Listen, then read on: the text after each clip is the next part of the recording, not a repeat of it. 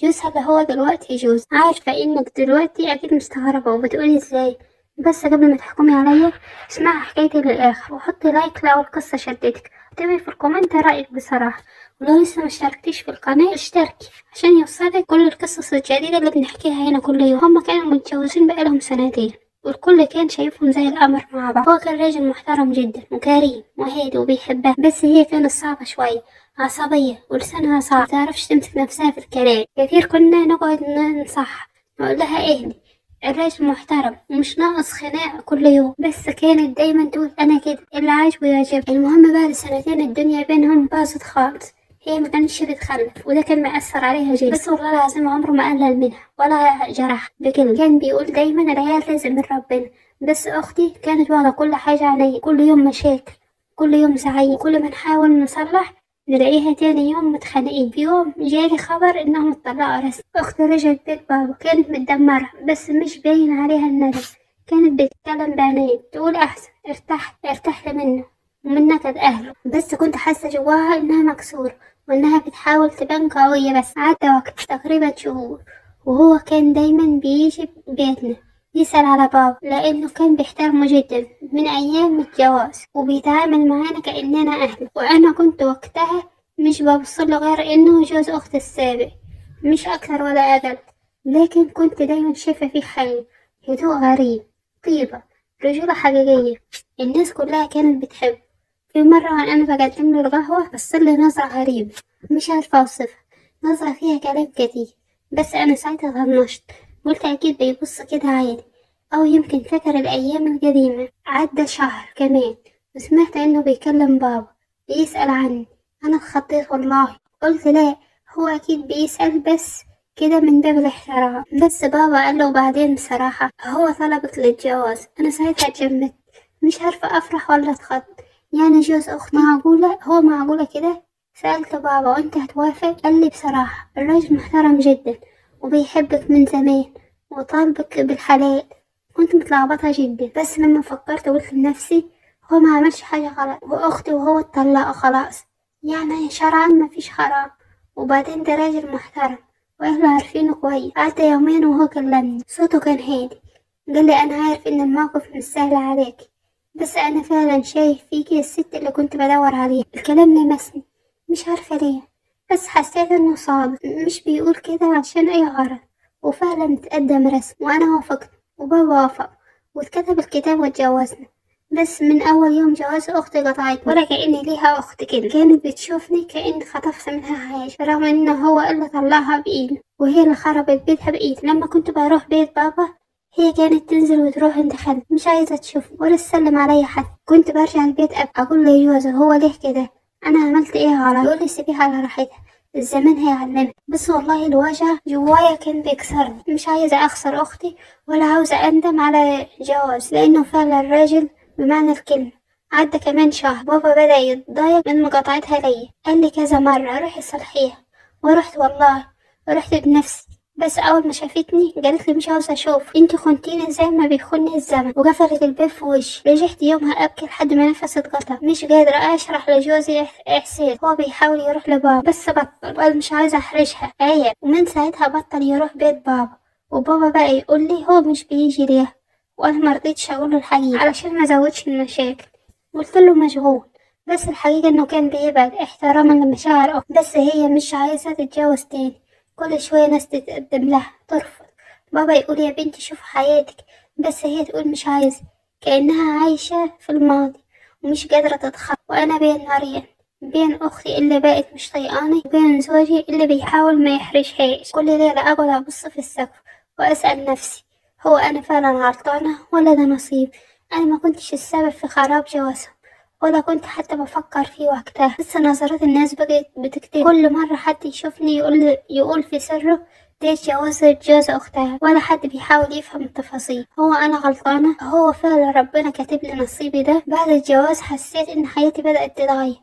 جوزي كان جدع بمعنى الكلمة، راجل بمعنى الكلمة، كان بيخاف علي، بيحاول يعوضني عن أي راحة تعب أو حزن. مكانش بيحب يشوفني زعلان، كل ما يشوفني ساكتة أو دموع في عيني يقول لي أنا السبب. لو أنا السبب قوليلي أعمل إيه بس ما تزعليش. كنت بحس إن عوض ربنا، كنت بحس إن ربنا عوضني برجل طيب.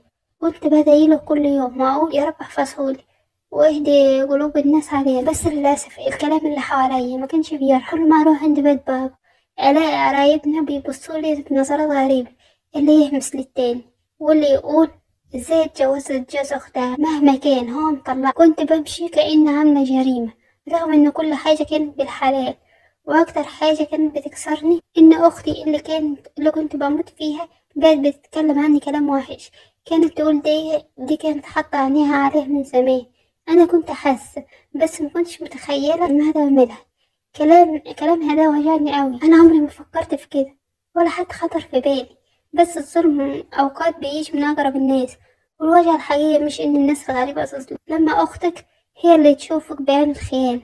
عدت الشهور بدأت أعيش حياة مستقرة نسبيا، بس جوايا كان في حاجة ناقصة. الونس. أختي كنت كل شوية أفتكر أيامنا سوا واحنا صغيرين، نضحك نعيط نخرج نحكي لبعض أسرار. كنا أكتر من أختين، كنا أصحاب. في يوم قررت أروح لها من غير ما أقول لحد. خدت نفسي وطلعت شقتي. كنت متوترة جدا، قلبي بيدق بسرعة وأنا بدق الباب. فتح، بصيت له ببرود وقلت عايزة إيه؟ قلت لها عاوزة أتكلم معاكي بس 5 دقايق. دخلتني بس كانت واقفة مش قاعدة. قلت لها أنا ما كنت السبب في اللي حصل. ولا طلعك بإيدي وإنت عارفة إنك كنتي تعبانة جدا، وأنا لما تقدمني كنت شايفة إن دي حياة جديدة ليا مش خيانة ليكي. قعدت تبصلي من غير ولا كلمة، وبعدين قالت هو أنا أقدر أصدق إنك ما كنتيش حاطة عينك عليه؟ ده حتى وإنت بتتكلمي كنت بتغيري لما يدخل الأوضة. ساعتها دموعي نزلت غصب عني. قلت لها حرام عليكي، أنا أختك، إزاي تقولي كده؟ أنا ما كنتش حتى ببصله. بس خلاص لو ده هيريحك اعتبريني مش موجودة. ومشيت. يومها حسيت إن قلبي اتقسم نصين، نص لسه بيحبها ونص موجوع منها. السنين عدت وأختي لسه على حالها، لا اتجوزت ولا بتكلم حد، عايشة لوحدها في حزنها. بابا تعب من كتر ما بيحاول يصلح ما بيننا، يقولها خلاص يا بنت اللي حصل حصل، أختك متجوزة بالحلال ونصيبها كده. لكن هي كانت تقول أنا عمري ما هسامحها، أنا عمري ما هسامحها. وأنا كل مرة أسمع الجملة دي كنت بحس إن قلبي بيتكسر تاني، لأني كنت فاكرة إن الوقت هيصلح كل حاجة. بس الوقت ما عملش غير إنه زود المسافة بيننا. جوزي كان بيحاول يخفف عني، بس كمان هو كان حاسس بالذنب. يقول لي يمكن أنا السبب في البعد ده، أنا اللي كان لازم أرفض أتجوزك من الأول. وأنا أرد عليه وأقول ليه ده نصيبنا وربنا كاتب كده. لكن جوايا دايما سؤال بيطاردني، هو فعلا نصيب ولا أنا اللي اخترت الطريق اللي هو كله وجع؟ بعد سنين من الجواز ربنا كرمني وخلفت. كانت فرحة حياتي. أول مكالمة عملتها كانت لبابا، وقلت له بابا بقيت جد. فرح جدا. لكن بعد الفرحة سألني بلغتي أختك؟ سكت، ما قدرتش هرد. ازاي ابلغها وهي مش عايزة تسمع اسمي اصلا؟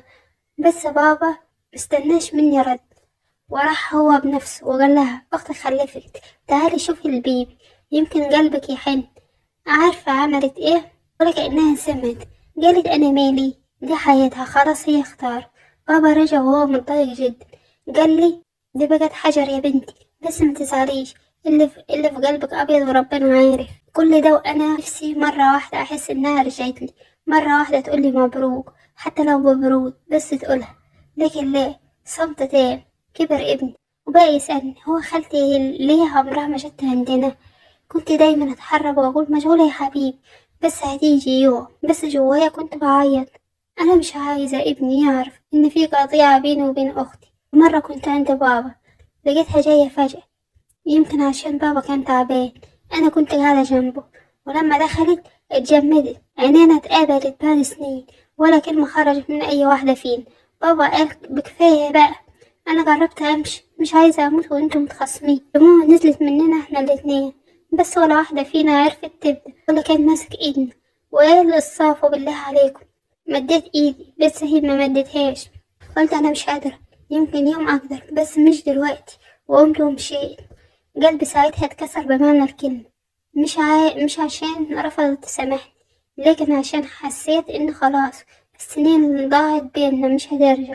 بابا بعدها بكام شهر فعلا توفى، ومن ساعتها اتمنيت لو كانت سامحتني قبل ما يمشي. ومن يومها بقيت عايشة بين ضميري وقلبي.